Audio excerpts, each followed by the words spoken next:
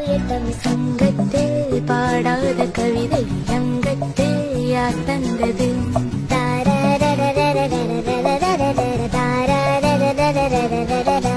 சந்தத்தில் மாறாத நடையோடு என் முன்னே யார் வந்தது?